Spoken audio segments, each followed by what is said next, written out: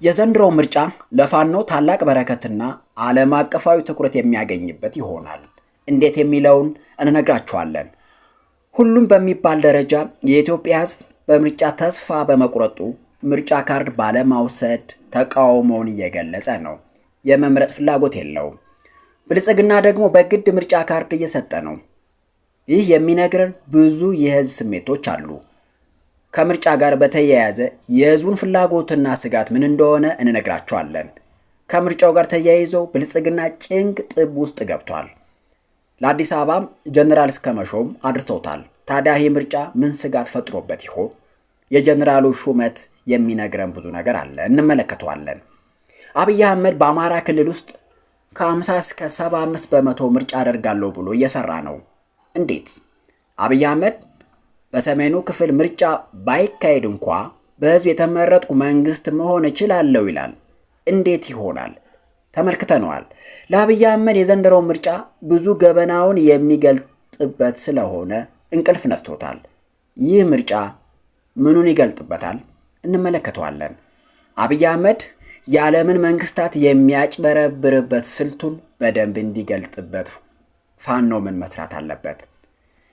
የብልጽግና አባሎች እንኳ ሳይቀሩ ካርድ ባለመውሰዳቸው የደነገጠው ብልጽግና አባሎቹንና መንግስት ሰራተኛውን ሰብስቦ አስገራሚ ማስጠንቀቂያ ሰጥቷቸዋል። አብይ አህመድ ከምርጫው በፊት በትግራይና በኤርትራ ላይ ጦርነት አልከፍትም፣ ነገር ግን በምርጫው ሰሞን ከፍተኛ ጦርነት ሊከፈትብኝ ይችላል ብሎ ስጋት ላይ ወድቋል። ለጥንቃቄ ምን እላችኋለን? በአንጋሾችና ነጋሽ መካከል የሚካሄደው የዘንድሮው ምርጫ ብዙ አዳዲስ ነገሮችን እያሳየን ነው። ብልጽግናን የሚደግፉ ለብልጽግና የቆሙ በሚዲያ ክርክር ወቅት ለብልጽግና ገበና የተገለጠ ሲመስላቸው የብልጽግናን ክፍተት ለመሙላት የሚሮጡ፣ የብልጽግና ገበና ሲገለጥ ፊታቸው በንዴት የሚቀየር ወደ መንግስት ሳይሆን ወደ ተቃዋሚዎች ጣት የሚቀስሩ የብልጽግና እህት ፓርቲዎች ያየነበት የምርጫ ዘመን ነው። መንግስትን የሚተቹ ሳይሆን መንግስትን የሚደግፉ ተቃዋሚ ፓርቲዎች በእጅጉ አስገራሚ ሆነው አይተናቸዋል። እረ አንዳንዶቹማ እንደ አብንና ኢዜማ ያሉ ተቃዋሚ ነን ባዮች መንግስት እየወሰደ ያለው የኃይል እርምጃ ያንሳል፣ ከዚህ በላይ ጀቶችን፣ ድሮኖችን መጠቀምና ህዝብን መጨፍጨፍ ይገባ ሲሉ ተደምጠዋል። ከዛ አንድ ተቃዋሚ ቀበል አደረገና ለምን ከብልጽግና ጋር አትዋሃዱ ማለዋ ትክክል ነው። ግን አብኖች ለምን ግን ከብልጽግና ጋር አትዋሃዱ? ጥያቄ ነው። ድሮን ሲላክም እየፈረማችሁ እንደሆነ እናምናለን። የአብይን ባህሪ፣ የሀገሪቱ ያለችበትን ሁኔታ፣ የምርጫውን ክርክር የተመለከተው የኢትዮጵያ ህዝብ በሁኔታው ተስፋ ቆርጦ በየትኛውም የሀገሪቱ ምርጫ ጣቢያ በራሱ ፍላጎት የምርጫ ካርድ እያወጣ ወይም የሚያወጣ አንድም ዜጋ ለመገኘቱ ለራሱ ለብልጽግና አግራሞት ፈጥሯል። የብልጽግና አባሎቹ እንኳ ሳይቀሩ ካርድ ባለመውሰዳቸው የደነገጸው ብልጽግና አባሎቹና መንግስት ሰራተኛውን ሰብስቦ አስገራሚ ማስጠንቀቂያ ሰጥቷል። ነገ ወደ ስራ ስትመጡ የምርጫ ካርዳችሁን በር ላይ ለጥበቃ ካላሳያችሁ እንድትገቡ አይደረግም፣ ይህንን ወቁት የሚል ቀጭን ትዕዛዝና ማስፈራሪያ ሰጥቷል። ከስራም ትሰናበታላችሁ በማለት ዝቷል። ለፖሊሶች፣ ደህንነቶች፣ የቀበሌና የወረዳ ስራ አስፈጻሚዎች ደግሞ ሌላ ተልዕኮ ሰጥቷል። በቡና ጠጡ፣ በየግሮሰሪውና ጎዳናዎች ላይ የተገኘውን ማንኛውም ሰው በግድ ወስዳችሁ የምርጫ ካርድ እንዲያወጣ አድርጉ፣ አላወጣም የሚል ካለ ደግሞ ወደ ፖሊስ ጣቢያ በመውሰድ የሚገባው ስጡት ተብለዋል። አለፍ ሲል ወደ መከላከያ ካምፕ ላኩት ተብለዋል። በመላ ሀገሪቱ የሚገኘው ነዋሪ የምርጫ ካርድ ያለመውሰድ ፍላጎት የሚነግረን ብዙ ነገር አለ ብለናቸዋል። ሌላ ያገኘነው መረጃ ከሆነ ደግሞ የምርጫ ካርድ ሳያወጣ የተገኘ የብር ቅጣት ሊጣልበት ሁሉ እየታሰበ ነው ይላል። በምርጫ ካርድ ወሳጅ እጥረት የተመታው የዘንድሮው ምርጫ ሂደት ባደራጃቸው የሰፈር ኮሚቴዎች አማካኝነት ቤት ለቤት እየዞሩ በነዋሪው ላይ የማስፈራራትና የዛቻ ማት እያወረዱበት ነው። የምርጫ ካርድ ካልወሰድክ ከጸረ ሰላም ኃይሎች ጋር ግንኙነት እንዳላችሁ ስለሚታወቅ ከጸረ ሰላም ኃይሎች ጋር ትሰራላችሁ የሚሉ ማስፈራሪያዎች እየደረሰባቸው ነው ነዋሪዎች። የምርጫ ካርድ ያልወሰደ አርሶ አደር ማዳበሪያና ምርጥ ዘር እንደማይሰጠው ትዕዛዝ ተላልፏል። አንድ ህዝብ በመንግስት ላይ ተስፋ ሲቆርጥ የመንግስትን ስራና ትዕዛዝ የመቀበል ፍላጎቱ ይቀንሳል ወይም ይጠፋል። በመላ ሀገሪቱ የሚገኘው የኢትዮጵያ ህዝብ የምርጫ ካርድ ለመውሰድ ፍላጎት አለማሳየቱ የሚነግረን ብዙ ነገር አለ። ህወሓትና ፋኖ ምርጫ አይደረግም ማለታቸው ከዚህ የተነሳ ይመስላል። የኢትዮጵያ ህዝብ ባለፉት የምርጫ ጊዜያት በተካሄዱ ምርጫዎች ሂደቶችና ውጤቶች እንደተረዳው በዚች ሀገር እና በዚህ ህገ መንግስትና መንግስታዊ ስርዓት ፍትሐዊ ምርጫ እንደማይካሄድ ገምግሟል። ስለዚህ ሁሉም የኢትዮጵያ ህዝብ በምርጫ የስልጣን ሽግግር እንደማይኖር ደምድሟል ማለት ነው። በዚህ የተነሳ አብይ አህመድ መራሹ መንግስትን በምርጫ ማስወገድ እንደማይቻል ምርጫው ሲጠናቀቅ 100% ተመርጫለሁ እንደሚል ስለሚያውቅና አብይ አህመድም ከሚሰራቸው ሰይጣናዊ ስራዎች የተነሳ በምርጫ ስልጣን እንደማይለቅ የኢትዮጵያ ህዝብ ተረድቷል።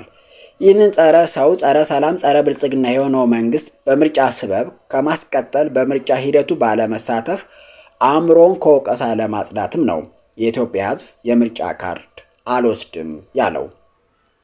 የኢትዮጵያ ህዝብ የምርጫ ካርድ ለማውጣት አለመፈለጉ በአብይ መራሹ መንግስት ላይ ተስፋ መቁረጡን በደንብ አድርጎ ይናገራል። ይህንን መንግስት ለማስወገድ ብቸኛው ዘዴ ምርጫ ሳይሆን ኃይል እንደሆነ በህዝቡ በስፋት መታመኑን ያመለክታል።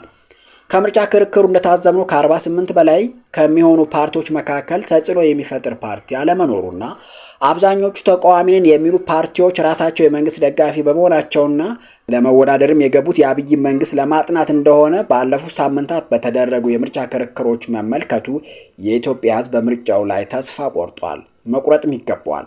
ተቃዋሚ ነን የሚሉት እንኳ ብንመርጥ የአብይ መንግስት መምረጥ መሆኑን ተረድቷል። ስለዚህ ቢያንስ ያልተመረጠ መንግስት መሆኑን ማሳየትና በትግል ላይ ያሉ ኢትዮጵያውያን ከጎናቸው መሆናቸው ለማሳየት ነው የኢትዮጵያ ህዝብ የምርጫ ካርድ የማይወስደው። ስለዚህ በዚህ ምርጫ የተለየ መንግስትና መንግስታዊ ስራ ስለማይመጣ ፋኖንና የሌሎችን የፍትህና የእኩልነት ታጣቂ ኃይሎችን መምጣት በጉጉት እየጠበቀ መሆኑን ያሳያል።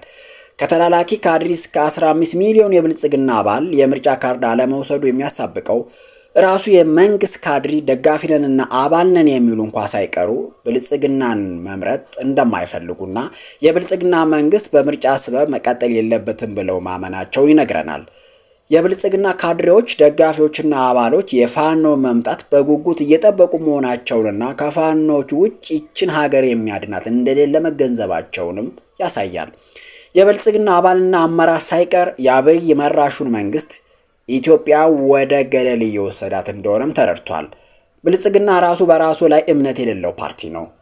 ክትትል የተደረገባቸው ስለሆነ እንጂ ዋና የብልጽግና መሪዎች በቦሌም ይሁን በባሌ ከሀገር ለመውጣት ሻንጣቸውን አዘጋጅተው በመጠበቅ ላይ ናቸው። አብዛኛው የኢትዮጵያ ህዝብ በአንድም ይሁን በሌላ ምርጫ እንዲካሄድ በፍጹም አይፈልግም። ምርጫው ሊካሄድ ይችላል የሚል እምነትም የለውም። አብይ አህመድ ለቀጣይ 5 ዓመት በግብር፣ በኑሮ ውድነት፣ በጦርነት፣ በእገታ፣ በመብራት፣ በቴሌ፣ የአደጋ ጊዜ እያለ እንዲያሰቃየው አይፈልግምና አብይ አህመድ በአማራና በትግራይ፣ በመተከልና በወለጋ፣ በቤኒሻንጉል ምርጫ የማድረግ እድሉ ጠባብ መሆኑን ተገንዝቧል። በተለይ አማራና በትግራይ የመወዳደር ተስፋው ተሟጧል። በትግራይ ክልል ምርጫ ባላደርግም የማጣው የ6 ፓርላማ ወንበር ነው። ባለፈው ምርጫ ባለመደረጉም ስልጣኔ ላይ ያመጣው ነገር የለም። ነገር ግን በአማራ ክልል ምርጫ አለመደረጉ በእኔ ላይ ብዙ የሚያሳብቅብኝ ነገር አለና የሞት ሽረት ትግል ቢሆን አድርጌ በአማራ ክልል ምርጫ ማድረግ አለብን የሚል ድምዳሜ ላይ ደርሰዋል። ለዛም ይረዳቸው ዘንድ ወደ ሰሜን የአገሪቱ ክፍል ልከውት የነበረው መከላከያ በአማራ ክልል ላይ ማስፈር ላይ ናቸው። የአማራ ብልጽግና በአማራ ክልል ውስጥ ከ50 እስከ 75% ምርጫ ማካሄድ ይችላለሁ ብሎ እየሰራ ነው። ይህ ስሌት የተሰላው ባህር ዳርን ጨምሮ በሁሉም ዞን ከተሞችና በሁሉም ወረዳዎች ምርጫ ማድረግ የሚያስችል ሁኔታ ፈጥራለሁ ብሎ ስላሰላ ነው። ለማሳካት በሁሉም ዞኖችና ወረዳዎች ላይ በቂ ነው የሚለውን ኃይል እያስገባና እየላከ ይገኛል። አብይ አህመድ ይህንንም አድርጌ በአማራ ክልል ውስጥ ምርጫ የሚካሄድበት ሁኔታ ካልተፈጠረ መንግስት ለመመስረት የሚያስችለውን ድምጽ በሌሎች ክልሎች ማካሄድ ይችላለሁ ብሎ ተማምኖ ተቀምጧል። አሁን ባለው ሁኔታ ከ547 የተወካዮች ምክር ቤት ውስጥ የአማራ ክልል ወንበር 143 እና የትግራይ 6 ነው። ሲደመሩ 149 ወንበሮች ብቻ ናቸው። በሌሎች ሙሉ በሙሉ ስለማሸንፍ በሌሎች ክልሎች ሙሉ በሙሉ ስለማሸንፍ 448 የፓርላማ ወንበሮች አገኛለሁ። ስለዚህ መንግስቱን ከመቀጠል የሚያቆመኝ የለም ብሏል። ዋናው ቁም ነገሩ አብይ አህመድ በአዲስ አበባና በጅማ ምርጫ አድርጎ መንግስት ነኝ ማለቱ አይደለም። በሶማሊያ፣ በአፋር፣ በደቡብ፣ በኦሮሚያ ወዘተ ተመረጥኩ ብሎ ህጋዊ መምሰሉ አይደለም። ሳይመረጥም ለጊዜው መንግስት ነኝ ብሎ እያሸበረ ህዝብን እየጨፈጨፈ ወጣቶችን እያፈሰ ጦርነት እየላቀ ሊቀጥል ይችላል። ግን ከትግራይ ምድር ከተነቀለ 5 እና 6 ዓመት የሆነው ብልጽግና አሁን ደግሞ በአማራ ክልል ምርጫ ለማድረጉና መነቀሉን የምናሳይበት ዘመን ነው ይህ ምርጫ። ለዛም ነው የዘንድሮው ምርጫ ለፋኖ እጅግ ብዙ በረከቶች ይዞ ይመጣል የምንለው። ሽፍታ ናቸው፣ በየጥጋ ጥጉ ተደብቀዋል፣ የመለቃቀም ስራ ነው የቀረን፣ ክልሉ 95 በመቶ ሰላም ነው እያሉ የኢትዮጵያና የዓለምን ህዝብ እንዲሁም ድሮን የሚሰጡትን የአረቡ ምድር የሚያታልሉበት ትብታብ ይበጠሳል እና በዓለም አቀፍ ደረጃ ተቀባይነቱ ይጠፋል። ተስፋ አድርገው የነበሩት ኤሚሬትሶች እየመረራቸው ቢሆንም ድጋፋቸው መቀነሳቸው አይቀርም። ምክንያቱም ከሚያልፍ መንግስት ሳይሆን ከማያልፍ ህዝብ ጋር መሆን እንደሚያዋጣቸው ይረዳሉና። የዘንድሮው ምርጫ በአማራ ክልል ብቻ አይደለም የማይካሄደው። በወለጋ፣ በከፊል በቤኒሻንጉል፣ ሙሉ በሙሉ በመተከል ምርጫ የማድረግ እድሉ ዜሮ ነው። አብይ አህመድ ደካማና አቅም የሌለው እንደሆነ እናሳይበታለን። ከመቼውም ጊዜ በላይ በትኩረት መስራት አለብን። እንደሚታወቀው ትግላችን ዓለም አቀፋዊ የሚዲያ ትኩረት ተነፍጎታል።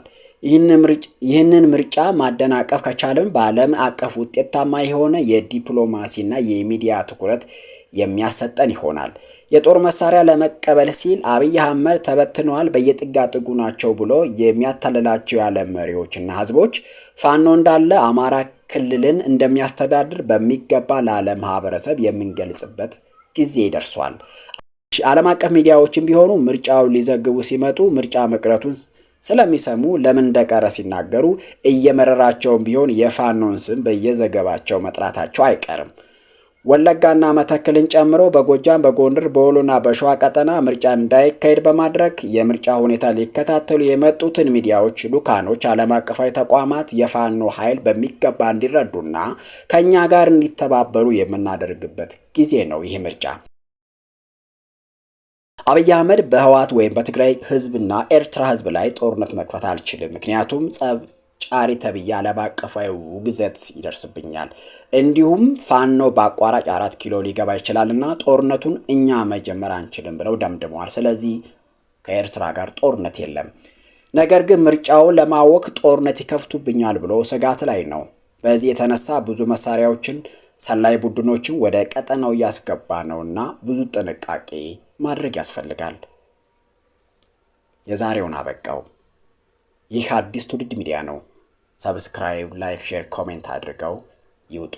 እናመሰግናለን።